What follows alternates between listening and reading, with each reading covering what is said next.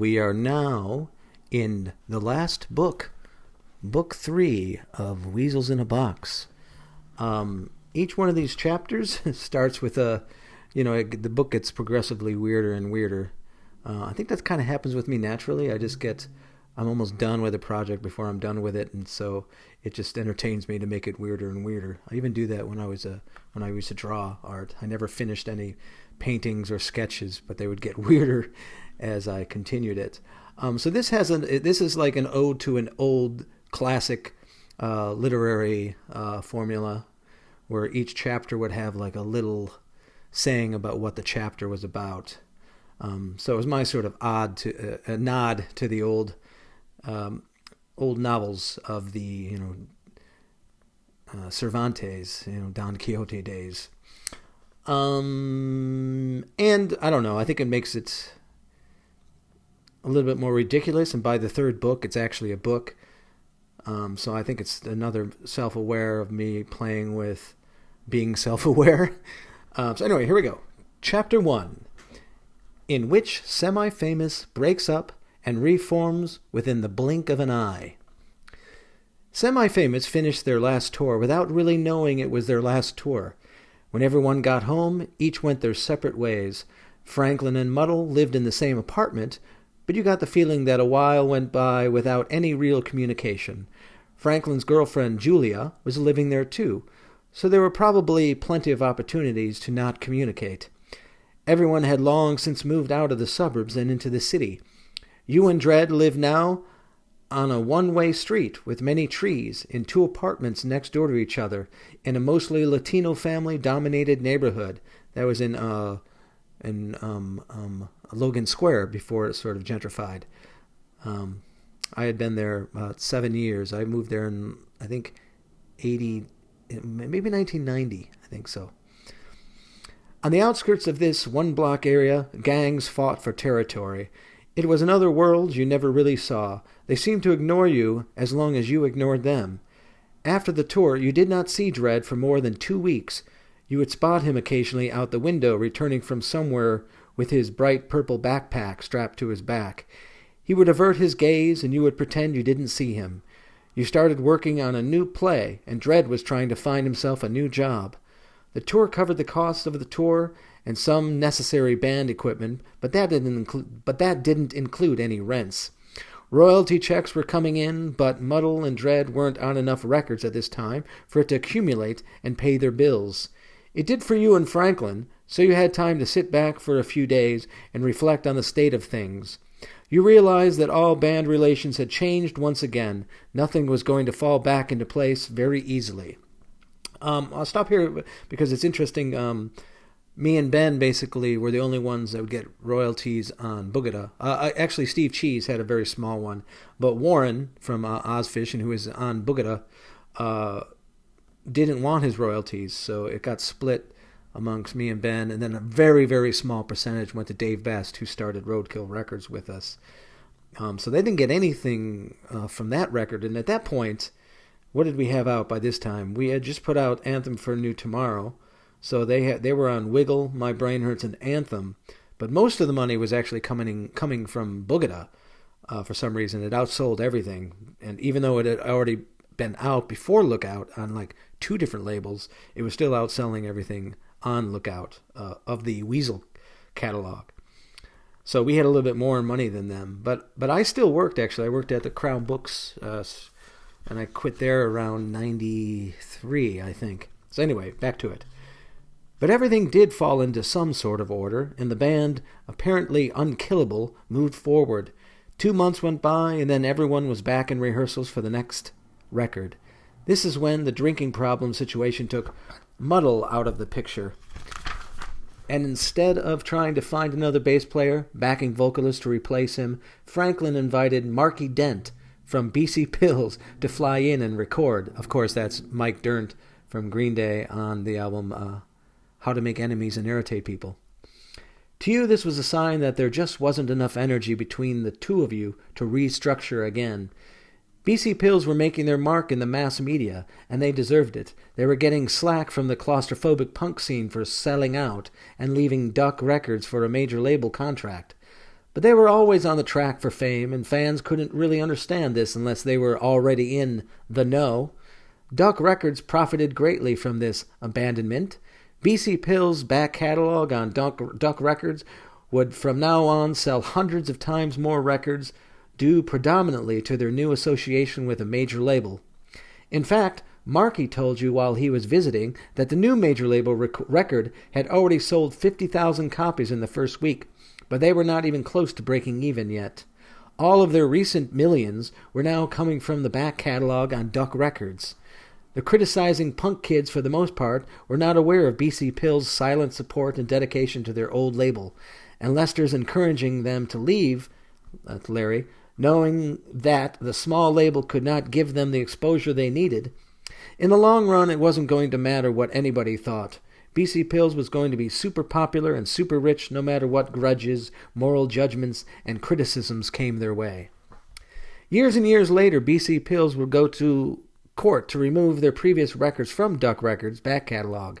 Lester left Duck Records right after major conflict arose between himself and Semi-Famous. No one is sure if his leaving had anything to do with Semi-Famous winning the contract battle. He's the one that was trying to take us to court. Me and Ben both still talk to Larry, but things were ugly there for a while. And with his leaving, the label quickly became incredibly misguided and mismanaged. You know, I say that with a heavy heart because I actually really like Christopher Applegren quite a bit. I think he wasn't as good at Larry in choosing the direction of the label and in finding unknown bands that would actually still appeal to the bulk of the Lookout audience. They started bringing in different types of bands that were, once again, as I talked earlier, and I talked about this with James from Moral Crux, is that it's difficult trying to stretch out the diversity of not only a label but of a band, but also balance that with keeping the fans that you already have. They kind of want the same thing in general. They want you to sound like what they expect you to sound like. Anyway, and the remaining owners and lackeys were not capable of paying their friends in BC Pills the money that was due to them. 1 year earlier, still many years in the present future of you standing on the corner in Boston, Semi-Famous would be the first band to remove its back catalog from Duck Records. 6 of the most highly acclaimed albums of the band's career. The removing of the records will have to do with misleading information on the early contracts and the underhanded way in which Lester tries to deal with it. This period of the band is so complicated you would have to relate a large number of three-party phone conversations and sift through an entire file cabinet of faxes, contracts, personal correspondences, handwritten and typed, and misquoted interviews to even partly understand this dilemma. Markey immediately agreed to record with Semi-Famous, having already been a fan of the band. His major label representatives were kind enough to allow this to happen. This would be the last album to be released on Duck Records featuring Semi-Famous and the last record featuring Markey. When Markey got to town, you chauffeured him around in the van. There wasn't much talk between the two of you, as there wasn't much in common. He knew you were involved in theater, so he tried to relate to you via entertainment talk. But for some reason your communication skills broke down, and you had decided just to drive him to his needed locations in silence. You know, I'm thinking of starting a stand-up comedy career alongside music, Markey said with a shocking amount of enthusiasm. Pause. Oh yeah? Sometimes it is very hard to hide your lack of interest in a topic. He then told a joke that you immediately forgot, having not laughed at all. You just remember thinking that he was lucky that he was a great bass player in a great band. His bass needed to be repaired before recording, so the two of you took it to a local music store. A few people in the store immediately recognized him. He showed a genuine excitement towards this newfound fame. Yeah, he always had like a wide-eyed glare about him and sort of an innocence, a genuine innocence when he was around fans. I don't know if he's still like that. I really haven't corresponded or talked to him since he recorded with us. His enjoyment of his newfound fame was so innocent that you couldn't possibly be envious or feel unbridled annoyance. He played an easily recognizable bass line from BC Pill's new record, and all the employees and patrons applauded. The manager fixed his bass for free. It was ironic. BC Pills had now started to get enough money to pay for all the band bills and proper equipment, and yet they didn't need the money for that purpose anymore because everyone was, and still are, always giving them free shit. Franklin gave him a semi-famous t-shirt during the recording. This and some trinkling royalties is all he wanted, and quite frankly was all the band could give him. For the next 6 months, Marky wore the t-shirt on stage with BC Pills. Semi-famous probably sold more records in that time period than before or after. And then Marky lost the shirt, and sales slightly dipped. I think the last time he wore it was at that famous Woodstock show where it got all covered in mud and ripped up. Before the record was even released on Duck Records, Semi-famous split up. Let's not worry about replacing Muddle. Fucking let's just call it quits. You got theater you want to pursue anyway, right? Yeah, I guess. And I want to start something new. I need a new band. He always said that this breakup was because I wanted to concentrate more on theater, but I had been doing theater the whole time I was touring and recording records, so it wasn't really a big problem. He was done with the band for a while, and I think he just wanted some other excuse besides himself making the decision that this time around. So he always, I think in interviews back then, would say that it was because I wanted to concentrate on theater. And then, though a series of events over the next few months, like a heroin-addicted female bass player who tragically died of AIDS a year later, leaving the band and the drummer kicked out because he couldn't play very well, Muddle and Dread ended up in Mr. Famous's new project, The Derivatives. That's, of course, the Riverdales. That's my little divisive? A little, I don't know, slightly frustrated name for them. How they managed to exist as a functioning band with such tense, unspoken resentments and secrets later revealed for more than a year and a half, you will never know. That's true, but also might be exaggerated by the fact that I felt kind of cheated in that respect. Because they were using a lot more publicity tools with that band than Ben and I had ever done on Weasel. But then again, I might even say this next, but then again, I don't think between the integrity that me and Ben sort of built up for ourselves and one and the other being checks and balance for the other person, we may not even have said yes to that Green Day tour they did it, or to all the extra promotion that the Riverdales had gotten. But anyway, 2 years and 2 derivative albums later, the 4 semi-famous band members who sat in that dilapidated van, silent, angry, offended, unable to move forward, were now in the studio again, recording yet another record, a semi-famous reunion record which would later be called Out Come the Chihuahuas, which was a reference to the guitarist from Interrogation League's new band called Putrid. I like that, for Rancid Putrid. After Duck Records refuses to submit to Semi-Famous's demands, another label called Graveston Records will off. Oh, look at that! That's my first spelling error here. It says off Erto, but it's supposed to be Gravestone Records will offer to put out. But no more than a week later, that's what label is? I just forgot the name of it. That's the one that the Rancid was on. Owned by the guy that used to be in Bad Religion. I can't believe I just forgot the name of the record label. It's Gravestone. It's probably something like that. Epitaph. There we go. That's a Gravestone Epitaph. Anyway, but no more than a week later, the offer is retracted because Putrid hints to the label owner that they would leave the label if Semi-Famous was signed. So when the record was finally released on yet another label, Franklin pushed for this title as a subtle stab and humorous reference to Putrid's record, Send in the Lion. That's funny. That's, of course, Out Come the Wolves, I think is the name of the record. So we were going to call it Out Come the Chihuahuas. Well, that was Ben's idea because it's super funny idea. All songs were written by Franklin in a style that wiggled uncomfortably in a creative purgatory caught between the influence of Semi-Famous and the Derivatives. Yeah, that's why I have a hard time with that record, even though I played all of the rhythms, both Ben's guitar and my guitar. He did the solos and I did the rhythms on that guitar. On that album. It's all downstroking, and I was never the big fan of downstroking. I think it's good for mutes, but other than that, it has its moments. Oh, that's the end of that chapter. So they're going to be really short chapters. I'm going to get through this book pretty quickly. I think probably I'll read 2 chapters a day. Or 2 chapters a YouTube episode. So here we are. Chapter 2, in which more specifics regarding the recording of the aforementioned reunion album are revealed. I'm going to read all those like that now.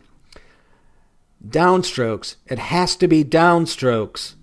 Mr. Famous exits, shuts the door, and does not return to the studio until many frustrating days later. The engineer's room sits in silence. No one is quite sure what the hell just happened. No one is sure how to proceed. Mr. Famous has been having problems in his long-term relationship with Julia for quite some time. This is theorized by all the people in the room to be one of the main reasons for the short-fused outbursts and reoccurring absenteeism. Franklin and Julia are very extroverted in their own separate circles, and you can't quite imagine how the 2 of them lasted so long. The arguments over the years must have been intense, loud, hyper-rational, and childishly domineering. Before the 2 of them began dating, they had both been very close, good friends of yours. Over the years, perhaps because of the band business, overwhelming all else, or perhaps because of your own decisions to try and polarize your relationships with the band and the rest of your life, or because the band hadn't recorded in 2 years and you mostly dealt with him during that time by phone, the 2 of them and even the band itself had become topics not spoken of too often in your day-to-day. Only when the intensity was getting too great for Franklin would he give you a call and open up to you. You preferred your closest friends, or any relations for that matter, to know as little about the band as possible, so anything Franklin told you disappeared as if he was talking into a black hole. I always say that that's some of my, actually a good quality of mine. It makes it sound negative here, but I'm pretty good at keeping secrets or hearing or being talked to, because it sort of just goes in, and after a while later, even though I listen, I think I sort of interpret it. My body sort of interprets it more into feelings, so it's hard for me to express what someone had told me in private anyway. So it really doesn't go anywhere. Out for me to someone else, to a third source. Anyway, so it says, he liked this. Many of your theater friends didn't even know you were in a band. You just never got around to telling them how you made money. Whether this was because of a fear of the band usurping all of your time, or if you were never quite proud of the band, or convinced that it was as important as any other creative outlet in your life at the time. You do not know. I still do not know. I'm not embarrassed of the band, but I think it is equal to all the other art projects I take on, in my mind. And right now, after having recorded 7 full-length albums, you're not sure why this one has to be all downstrokes. Downstrokes are difficult for guitarists to varying degrees, mostly based on the strength and flexibility of the wrist. But everyone has their breaking point. The point where the wrist gives in and stiffens and feels as if it is about to snap off. At the beginning of this session, Mr. Franklin was getting frustrated, probably because of his anxiety and building anger toward himself for not being able to reach his own expectations. He had discovered but wouldn't admit that the speed of the downstrokes were too fast for any of our abilities at the time. The talent for downstroking must be cultivated and strengthened over time in rehearsals and on tours.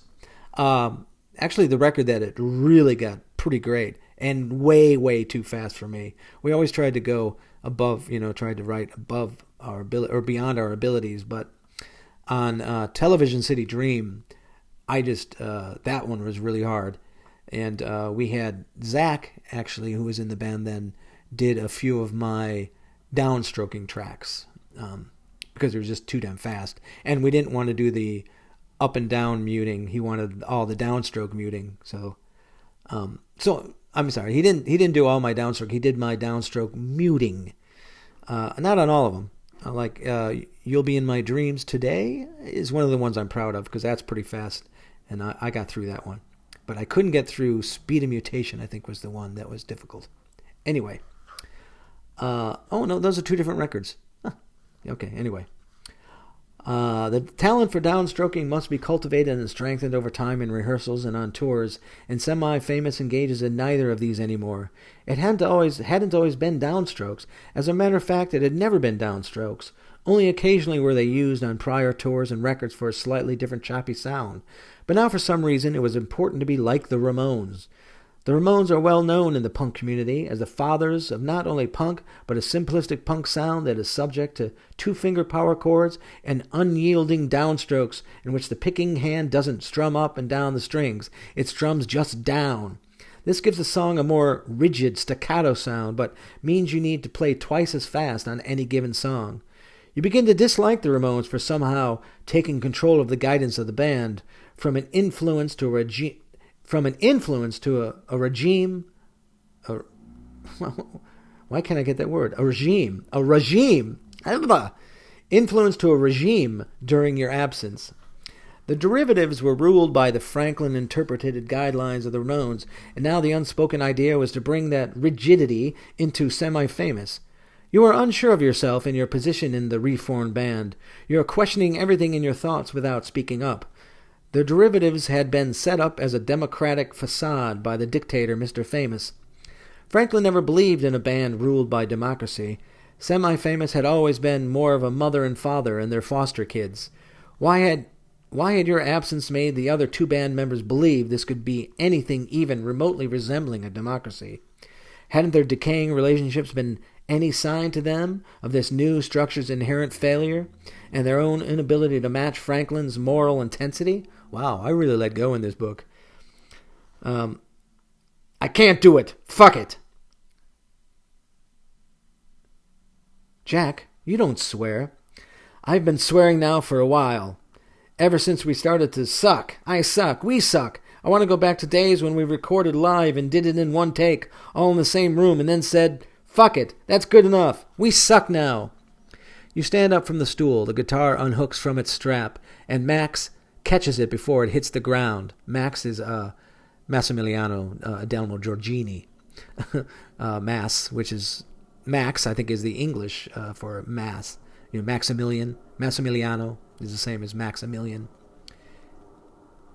Get me out of here.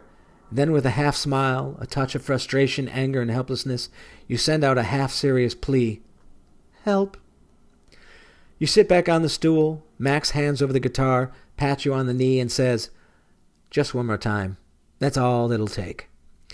Max is the engineer and producer for the band. He has been a fan of the band since its beginning. He called you at your home one day many years ago asking if your band could play a small town in Indiana. He had gotten your first demo tape and had fallen immediately in love with the melodic, energetic, stupid early sound of the band. He tracked down your phone number, and here the two of you are 8 years later. Now, I actually just talked to him a couple days ago about the Moral Crux episode I just did for Jughead's Basement. So we've now been friends probably since, 87 to now? That's like 30... Is that 30 years? That's 30 years. I've known him for 30 years. In the near future, he'll become the newest and last bass player to have played in Semi-Famous. Well, that's not true anymore. But what he has become most known for is his engineering and producing of pop-punk records. He is one of the pioneers of recording this sound. Just one more time. Max is prepared to repeat that same damn sentence all night. It is an obvious lie. You can see through his psychoanalytically charged attempt at a professional stone face. Among many other degrees, Max has a degree in psychology. He is a boy genius that can speak 5 languages. I think more now, 6 or 7. He added Spanish to that one. Has self-taught himself almost everything he knows, and has even been asked to accept a grant to go to Spain to do new research on the age-old book of Cervantes, Don Quixote. Ah, that's funny that I made that reference too. Maybe that's why the beginning of the book has those things like the old literature books. He actually ended up writing a paper about Don Quixote that was revolutionary in its field of decoding. So he actually does lectures now across the whole world about the decoding messages that he found in Don Quixote. He took a class on Cervantes in order to learn Spanish, and after a week he had surpassed all the other fifth-year Spanish students. By the end of the semester, he had discovered a secret... I write about it here. He had discovered a secret code Cervantes was using in the writing of Don Quixote that no other published professor had ever realized. and here he is pressing rewind for the 10th time and recording the same 3-chord guitar part over and over again. Just one more time. After years of hearing that same sentence, it has begun to evolve into a multi-leveled statement. Some levels undermine his objective, and others strangely aid the word's literal intent. Underneath the generalized professionalism, he actually feels for you and cares about the band's mental health.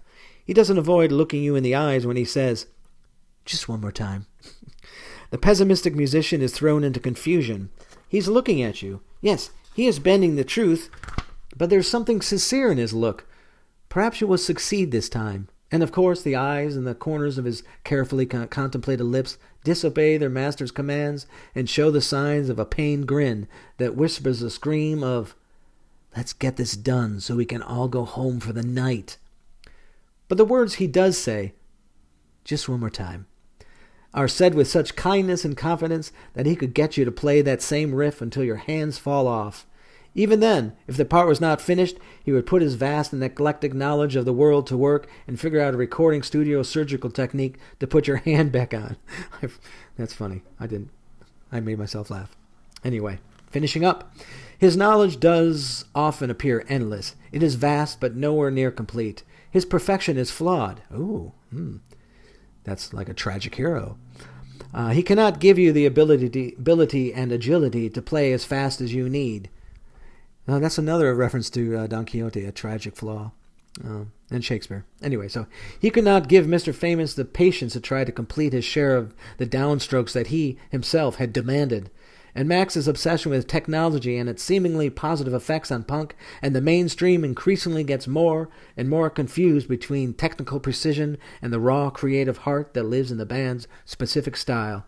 That's always been my criticism of Max. I think he's amazing, super smart, so brilliant, but often perfection would undermine him, I think. And I think that's why he's even struggles by writing songs. I mean, he does write songs, but I think it's harder for him because he almost knows the rules too well that they sort of stop him from breaking them. Anyway, all of this and the frustration it has created has torn away much of the enjoyment of recording this record. You have to play both rhythm parts. It boosts your self-respect. You know that you can accept the challenge, and you are happy to take on this responsibility for Franklin and the rest of the band. Mr. Famous wrote all the songs. The least you can do is show your admiration for his talent by completing these rhythm tracks. It is a pain in the ass, and you and Muddle and Dredd feel a little let down. Once you are done with this guitar, you have to play the same parts again with Franklin's guitar, which is an exact duplicate of the one used in the Ramones. That's true. This guitar has a very specific sound, important to the tone and girth that Franklin has grown to listen for in his music. But this particular guitar is having technical problems, and therefore will not stay in tune long enough to complete a single section of a single song. Every attempt at recording any part for the next few days will be accompanied with unplugging and plugging the guitar into Max's infinitely superior and picky electronic laser tuner. It soothes you slightly to visualize this tuner flying out the window and smashing to pieces against the side of the band van. That's end of Chapter 2, Book 3. Next up, I will read next time is Chapter 3, because I want to do the British show. Chapter 3, In Which You Yearn for Simpler Days. So that will be next time up. Thank you for listening. Goodbye. Remember, listeners of this YouTube series, which is wrapping up, I'm probably going to get it done within a week or two. I have a Patreon, which will keep me doing YouTube posts. Maybe you guys can start putting comments down below on what things you might want me to tackle next or talk about. I love you. I'd like to try to... I don't know if I'll read my next book. It might not be as interesting to the punks for me to read that. But if you have ideas for what you want me to do on YouTube, let me know. Join my Patreon. It's only $2 a month. That's like $24 a year to help support me so I can keep doing this and Jughead's Basement. Thank you.